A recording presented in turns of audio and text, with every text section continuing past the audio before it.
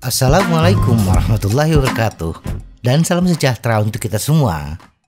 Berapa jam kita minimal bersepeda bila ingin mempertahankan kebugaran dan performa, apalagi dalam rangka persiapan kompetisi? Jawaban asal-asalan adalah sebanyak mungkin. Benarkah begitu? Tidak juga, karena kita bukan mesin. Tubuh manusia juga butuh istirahat. Bahkan mesin saja kalau digeber, lama-lama akan rontok. Terlalu banyak waktu bersepeda tidak secara otomatis menjadikan tubuh mengalami peningkatan kebugaran, penurunan berat badan yang lebih besar, peningkatan kesehatan jantung, pengurangan risiko penyakit kronis, peningkatan kesehatan mental, atau manfaat potensial lainnya dari bersepeda. Bahkan, terlalu banyak jam goes bukannya membuat kita sehat. Yang ada, kita bisa mengalami cedera dan menurunkan performa kita bila tidak didukung oleh kebugaran dasar atau kebiasaan gaya hidup kita. Jadi berapa jam durasi bersepeda yang ideal? Tidak ada jumlah jam sempurna yang terbaik untuk semua pesepeda. Tetapi beberapa cara berikut adalah panduan yang baik untuk menemukan jumlah jam pelatihan mingguan yang tepat untuk kita. Apalagi bagi pesepeda amatir yang kerjaan sehari-harinya bukan untuk latihan.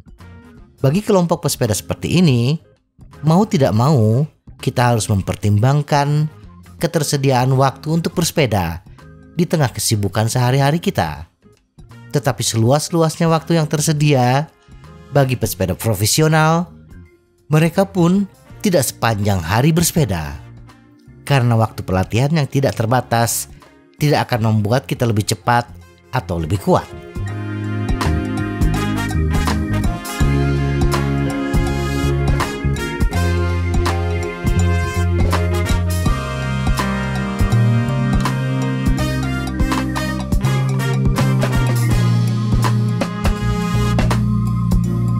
Apa yang ingin kita capai? Jumlah jam pelatihan mingguan terbaik tergantung pada tujuan kita.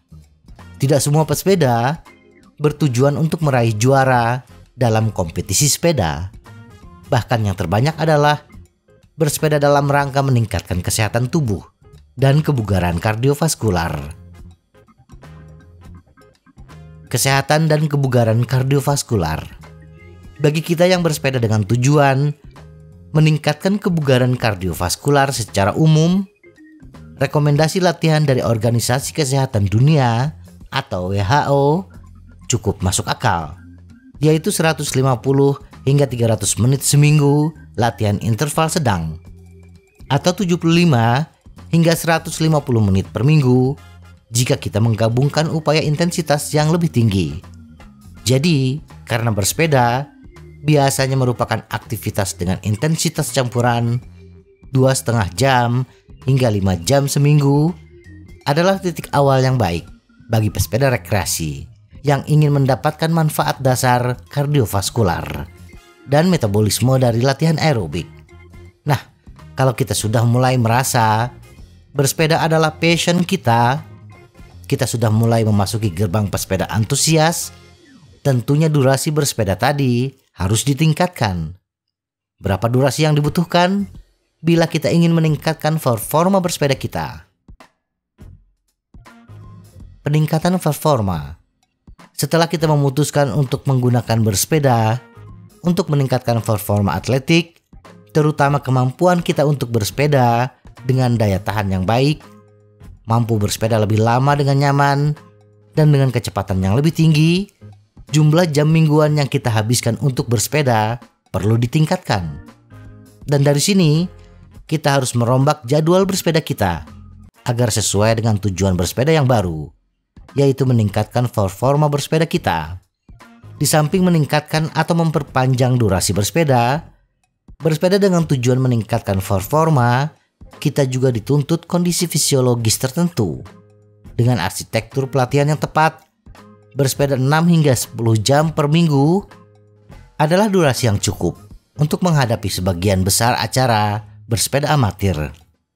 Durasi latihan 6 hingga 10 jam per minggu tersebut juga memadai untuk menghadapi kompetisi singkat dan berintensitas tinggi seperti kriterium, cyclocross, atau MTB jalur pendek.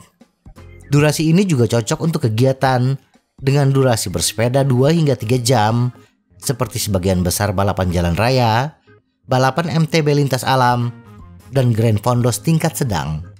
Dan 6 hingga 10 jam seminggu juga sudah cukup untuk berlatih untuk bersepeda yang lebih lama, seperti bersepeda Century Ride.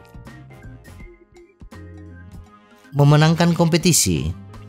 Sedangkan bila kita akan mengikuti sebuah kompetisi bersepeda, tentunya kita akan berlatih lebih keras lagi.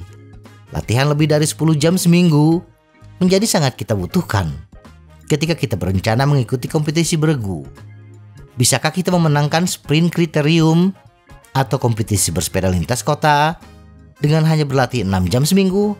Sangat bisa.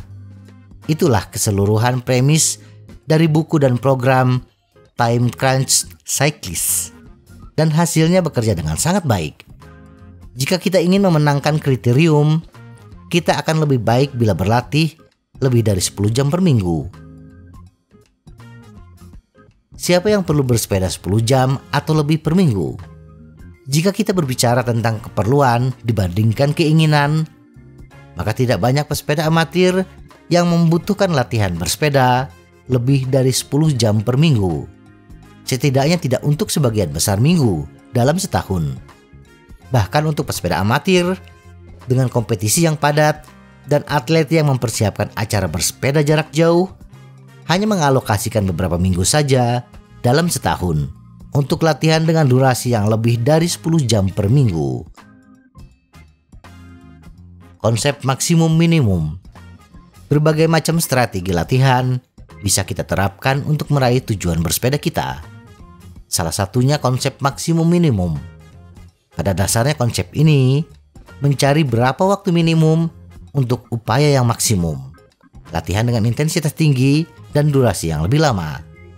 Dan konsep maksimum minimum ini juga diterapkan pada konsep Pareto, yaitu 20% dari total waktu latihan kita dihabiskan untuk bersepeda dalam volume yang besar, lebih dari 10 jam. Dan sisanya berlatih dengan durasi di bawah 10 jam per minggu.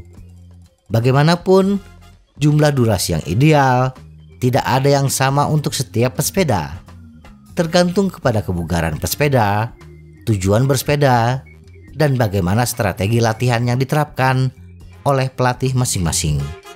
Semoga informasi ini bermanfaat. Tetap sehat, salam goes.